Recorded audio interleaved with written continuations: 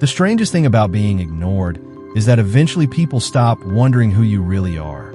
That was the thought running through my mind as I sat at the far end of the oak dining table while the rest of the Harrison family argued over a future they assumed belonged to them. The dining room looked exactly as it had for decades. Crystal chandeliers cast warm light across polished wood. Portraits of long-dead ancestors watched silently from the walls. A fire crackled behind the stone fireplace. Outside the tall windows, rain tapped softly against the glass. Inside, nobody paid attention to me. Isabel poured wine with effortless confidence, moving around the table as though she already owned everything under this roof. David sat beside her in a dark suit, exhausted and distracted, rubbing his temples while she spoke for both of them. Ethan leaned against the staircase near the entrance, pretending to scroll through his phone, though I could tell he was listening to every word. Eleanor remained beneath the chandelier, her hands folded tightly in her lap, avoiding eye contact with everyone in the room. At the head of the table, Victoria discussed family investments with the calm certainty of someone accustomed to being obeyed. The only person taking notes was Thomas, the family attorney. His reading glasses rested low on his nose as he reviewed a stack of documents. Nobody asked for my opinion. Nobody greeted me when I arrived. Nobody even noticed that I had been sitting there for nearly 20 minutes. To them, I was simply Harrison, an aging outsider in worn denim and work boots, a man who had somehow become part of the scenery. The West property should be sold before the end of the year, Isabel said smoothly. It's the logical decision. Several heads nodded immediately. David nodded too, though he looked uncertain. I studied the reflection of the chandelier in my untouched water glass. 30 years earlier, I might have argued. 30 years earlier, I might have warned them what happens when people confuse confidence with wisdom. Instead, I remained silent. The conversation rolled on without me. Numbers, contracts, assumptions, plans built on, foundations none of them fully understood. Then Isabel mentioned a date, a very specific date. For the first time that evening, I looked up. "That won't work," I said quietly. The room barely reacted. Isabel gave a polite smile. Victoria dismissed the comment entirely. David never looked my way, but Thomas did. His pen stopped moving. Slowly, almost imperceptibly, he raised his eyes from the documents and stared directly at me. For the first time all night, someone looked concerned. The silence that followed felt heavier than the rain outside. Thomas continued staring at me for a moment before carefully placing his pen on the table. It was a small gesture, barely noticeable to anyone else, but I noticed. Thomas never stopped taking notes. Not during family meetings, not during estate discussions, not during negotiations worth millions of dollars. Yet now his attention had shifted completely. Isabel seemed unaware. She adjusted the sleeve of her cream-colored jacket and continued speaking as though the matter had already been decided. "The buyers are prepared to move quickly," she said. "If we wait any longer, we could lose a very favorable opportunity." Victoria nodded slowly. "That is exactly what I have been saying." David looked exhausted. Deep lines had begun forming around his eyes during the past few years. He spent most of the evening staring at spreadsheets and projections scattered across the table. Every so often he would glance toward Isabel, searching for reassurance before agreeing with her conclusions. Ethan remained near the staircase. Although he pretended not to be paying attention, I noticed him watching Thomas. He had seen the reaction too. Smart young people often notice the details everyone else misses. Eleanor shifted uncomfortably in her chair. The chandelier light reflected softly across her silver curls. She looked toward me for only a second before quickly lowering her eyes again. That brief glance told me more than words could have. She remembered. Perhaps she was the only one left who did. The discussion continued for another 20 minutes. Acreage, development plans, property taxes, future valuations. Nobody asked why I had objected to the date. Nobody seemed interested in understanding the reason. They assumed I was confused, old, irrelevant. It was easier for them that way. Eventually, Thomas closed the folder in front of him. The sound echoed through the room. "Before we continue," he said carefully, There are a few historical records that should probably be reviewed. Isabel frowned. Historical records? Some older documents related to the property. Victoria immediately waved a dismissive hand. Those documents are ancient. They have no relevance today. Thomas did not respond right away. Instead, he looked directly at me again. The room grew strangely quiet. Even David looked up from the papers. Then Ethan spoke for the first time all evening. "If they do not matter," he asked calmly, "why does everyone seem nervous about them?" Nobody answered. Outside, thunder rolled somewhere beyond the hills surrounding the estate. James appeared silently in the doorway, carrying a silver tray with fresh coffee. As he entered, his eyes briefly met mine, just for a second. Then he gave the smallest nod imaginable before continuing across the room. That was when I knew something had finally started to move. Nobody spoke for several seconds after Ethan asked his question. The silence spread across the room like a shadow. Isabel reached for her wine glass, but did not drink. Victoria folded her hands neatly on the table. David looked back and forth between them, sensing tension he could not yet explain. Thomas remained perfectly still. I had seen that expression before. It was the look of a man standing at the edge of a truth he had spent years protecting. James quietly finished serving coffee and moved toward the door. Before leaving, he paused beside an antique cabinet that stood against the far wall. Most people never paid attention to that cabinet. It had been there longer than any of them could remember. Ethan noticed it. I could tell by the way his eyes followed James. Curiosity is a difficult thing to hide. "What historical records are we talking about?" David finally asked. Thomas adjusted his glasses. "Records connected to the original estate agreements." Isabel immediately smiled. It was a practiced smile. Polite, controlled. "Surely those are only archival materials." "Some are," Thomas replied. "Others are not." Victoria leaned back in her chair. "This family has more important concerns than paperwork from decades ago." Thomas said nothing. He simply opened one of the folders in front of him. The movement was slow and deliberate. Ethan stepped away from the staircase and moved closer to the table.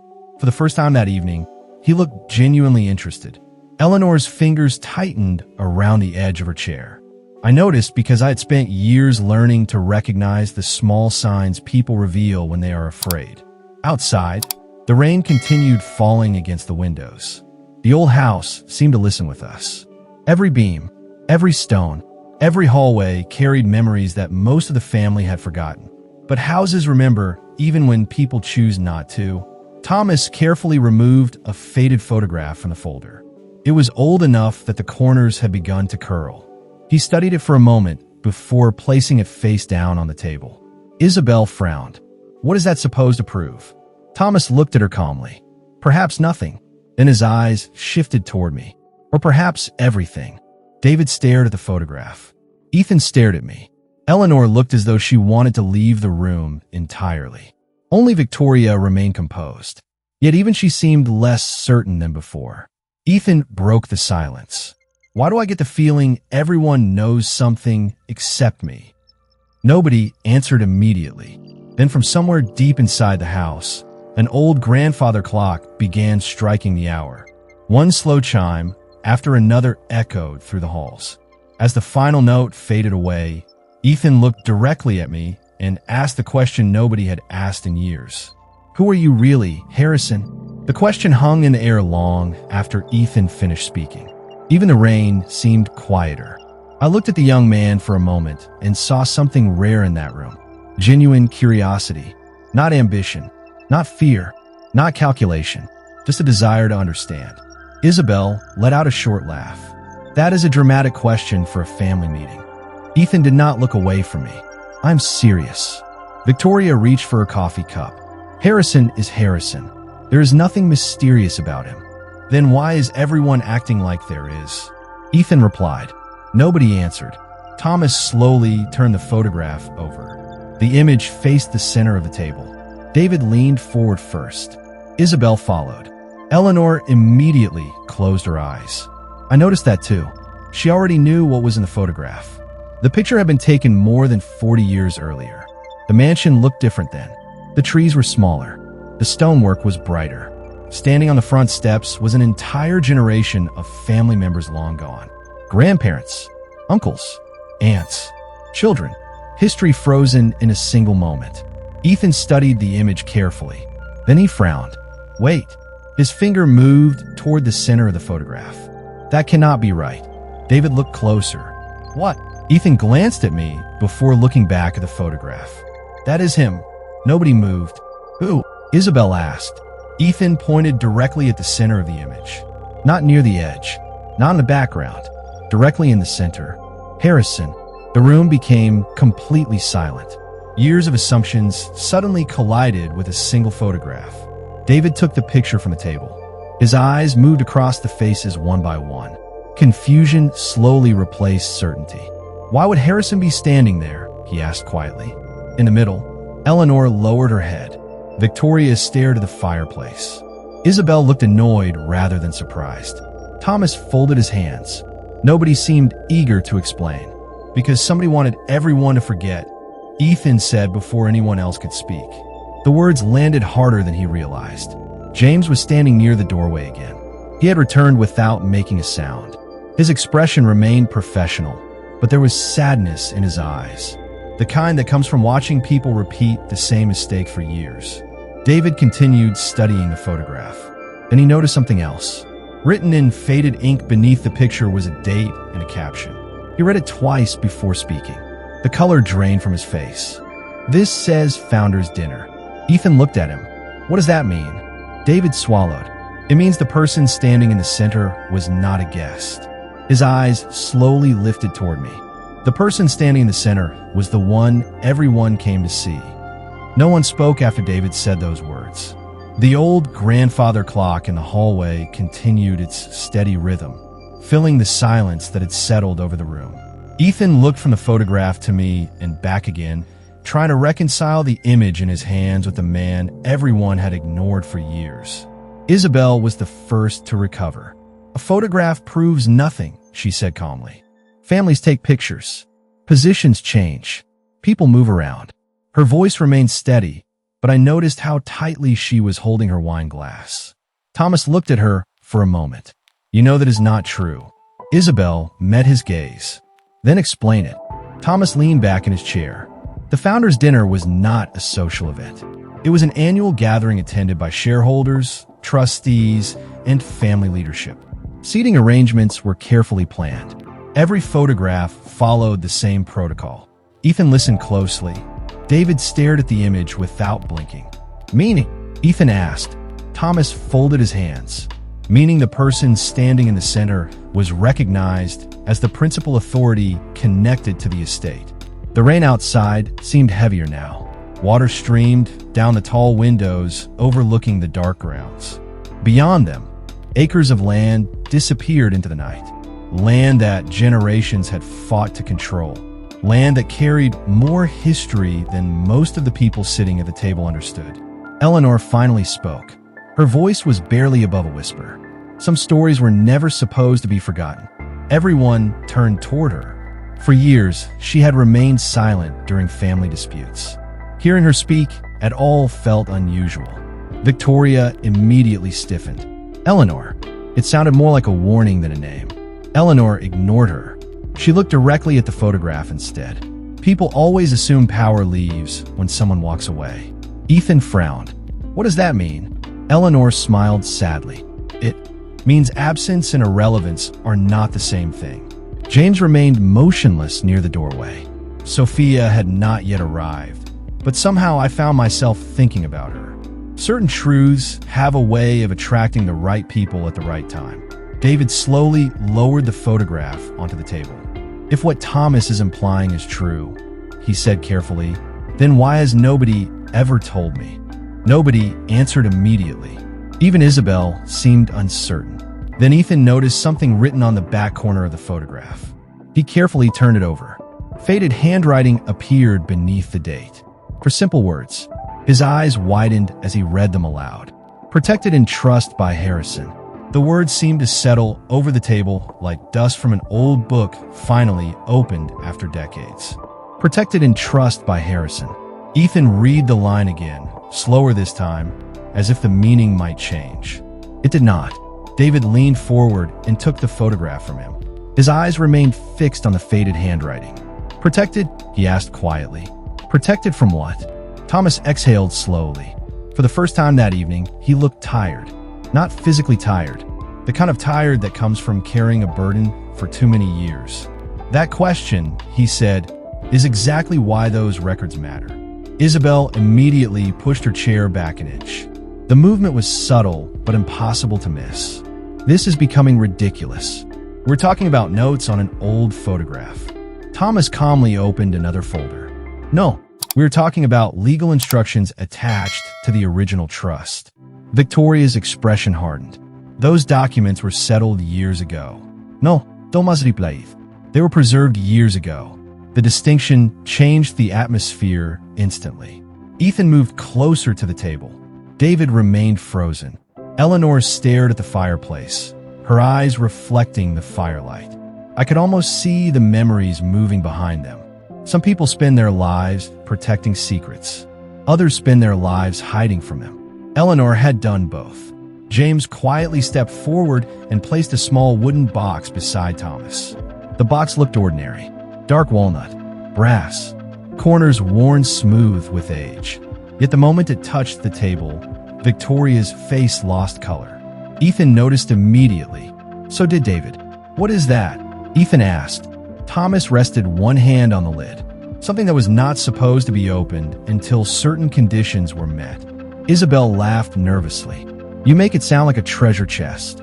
Nobody joined her laughter. The room had moved beyond jokes. Outside, the rain finally began to slow. Water dripped from the stone ledges beyond the windows. The old estate seemed to be holding its breath. Thomas looked directly at me. Not for permission, not for approval, simply acknowledgement. I gave the smallest nod. Nothing more. He understood. Carefully, he unlocked the brass latch. The click echoed through the dining room. Inside were several sealed envelopes, a leather-bound ledger, and a folded document tied with a faded ribbon. David stared at the contents. Ethan stared even harder. Then Thomas lifted the ledger and opened it to the first page. His eyes moved across a handwritten entry before he looked up. "The first record," he said quietly, "was written 43 years ago, and it begins with a name none of you were ever supposed to forget." No one moved after Thomas spoke. The fire continued burning softly in the stone fireplace, casting shifting shadows across the dining room walls. The ledger rested open before him, like something that had been waiting decades for this exact moment. Ethan stood beside the table now, no longer pretending to be a spectator. David remained seated, but his attention was fixed entirely on Thomas. Isabel looked frustrated. Victoria looked concerned. There was a difference. Frustration comes from losing control of a conversation. Concern comes from knowing where the conversation might lead. Thomas lowered his eyes to the page and began reading. "The Preservation Trust shall remain under the protection of Harrison until such time as the family demonstrates the wisdom required to manage its own inheritance." The words seemed almost unreal. Ethan blinked. "That was written 43 years ago." "Yes," Thomas replied, "and it was witnessed by 3 attorneys and 2 trustees." David shook his head slowly. "Why have I never heard of this?" Eleanor finally looked up. Her expression carried a sadness that seemed older than the room itself. "Because every generation believed someone else would explain it." Silence followed. Sometimes the simplest answers are the most painful. James remained near the doorway, watching quietly. He had probably heard pieces of this story over the years. Enough to understand its weight, not enough to change its course. Thomas carefully turned another page. Several signatures appeared beneath the original entry. Some belonged to people long gone. Others were still recognizable. Ethan leaned closer. Then his eyes widened. "That signature belongs to my grandfather." Thomas nodded. "It does." Ethan looked at me, not with suspicion anymore, not even with confusion. Something else had replaced it. Respect, perhaps, or the beginning of understanding. Isabel suddenly stood. "This changes nothing. We're discussing old records, historical arrangements. The estate still requires practical decisions." Her voice sounded sharper than before. Thomas calmly closed the ledger. "That is where you are mistaken." The room fell silent again. Even Victoria seemed unwilling to interrupt. Thomas folded his hands. "The trust remains active." David stared at him. "Active? Fully active." Ethan looked from Thomas to me. "What exactly does that mean?" Thomas held his gaze for a long moment before answering. "It means no major property can be sold. No controlling assets can be transferred. No restructuring can occur without approval from the person named in the trust. Nobody needed to ask who that person was." For the first time all evening, every eye in the room turned toward me. For several seconds, nobody spoke. The transformation in the room was almost impossible to describe. Earlier that evening, I had been little more than background furniture to most of them. Now every conversation, every assumption, every plan seemed to lead back to the same uncomfortable reality. Ethan was the first to break the silence. "You mean all this time he could have stopped any sale?" Thomas nodded. "Not could have. He can." David leaned back slowly in his chair. His eyes drifted toward the windows overlooking the dark estate grounds. The rain had nearly stopped. Only scattered droplets remained on the glass. "Then why did nobody tell me?" he asked quietly. "I spent years believing I was responsible for protecting this family." Eleanor finally looked directly at him. "You were responsible," she said softly. "But responsibility and authority are not the same thing." Her words seemed to land harder than anyone expected. Isabel crossed her arms. "This changes the structure of the trust. It does not change reality." Thomas calmly shook his head. "Actually, it does." He opened another envelope from the wooden box. The paper inside looked newer than the others. 5 years ago, the trust was reviewed and reaffirmed. Victoria immediately turned toward him. "By whom?" Thomas met her gaze without hesitation. "By every surviving trustee." The room became still once again. Ethan watched Victoria carefully. For the first time all evening, she appeared uncertain. Not frightened, not defeated, simply uncertain. It was a new expression on her face. James quietly moved through the room, collecting untouched coffee cups. Nobody seemed interested in drinking anymore. David looked at me for a long moment. "Why stay silent?" he finally asked. "Why let everyone believe you were just—" He stopped before finishing the sentence. "Just an outsider. Just an old man at the end of the table. Just someone easy to overlook." I understood the question even without the words. Before I could answer, Eleanor spoke. Because that was the agreement. Every head turned toward her. She folded her hands together. 43 years ago, after everything that happened, Harrison made a promise. He would protect the estate. He would never compete for attention. He would never interfere unless the family put the future of the trust at risk. Ethan stared at her. "And have we?" Eleanor looked around the table. Her eyes moved from Isabel to Victoria, then to David. Finally, they settled on the folders filled with property sale proposals. "That," she said quietly, "is exactly what tonight was supposed to determine." The room remained silent long after Eleanor finished speaking. Nobody seemed eager to challenge her. The old mansion felt different now, as though decades of assumptions had finally begun to crack. David stared at the documents spread across the table. The confidence he had carried into the meeting was gone. In its place was something far more honest. Reflection. Ethan remained standing beside him, looking between the ledger, the photograph, and me. He was beginning to see the family not as it had presented itself, but as it truly was. Isabel slowly sat down again. Her posture remained composed, yet the certainty that had guided her throughout the evening had faded. Victoria remained quiet. For someone accustomed to controlling every discussion, silence was perhaps the clearest sign that the balance of power had shifted. Thomas carefully gathered the documents and returned them to the wooden box. Then he opened the final envelope. Unlike the others, it contained only a single page. He read it once before placing it on the table. "There is one final instruction," he said. Every eye turned toward him. The trust was never created to reward obedience or status. It was created to identify stewardship. Ethan frowned. "What does that mean?" Thomas looked toward the windows overlooking the dark estate. "It means ownership was never the goal. Preservation was." He turned back to the table. The trustees believed that every generation would eventually face the same test, whether they viewed the estate as something to protect or something to consume. Nobody interrupted. David lowered his eyes. He already knew how close they had come to failing that test. After a moment, he looked at me. I never asked why you stayed. His voice was quiet. I never asked what you gave up. I held his gaze. Most people only notice what is visible. The answer seemed simple, but it settled heavily over the room. Eleanor smiled faintly. James looked relieved. Even Thomas appeared lighter than he had all evening. Ethan glanced at the photograph one last time. Then he folded his arms and nodded slowly. They spent years looking past the person who was protecting everything. Nobody disagreed. Outside, the rain had finally stopped. Moonlight broke through the clouds and reflected across the wet ground surrounding the estate. The house stood exactly as it had for generations. Strong, enduring, waiting. David pushed the property sale folders aside.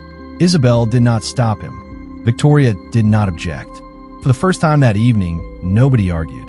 The meeting ended not with a victory or a defeat, but with understanding. And as the family slowly left the dining room beneath the fading glow of the chandelier, I remained seated at the far end of the table, exactly where I had been all along. The only difference was that now they finally understood who had been sitting there.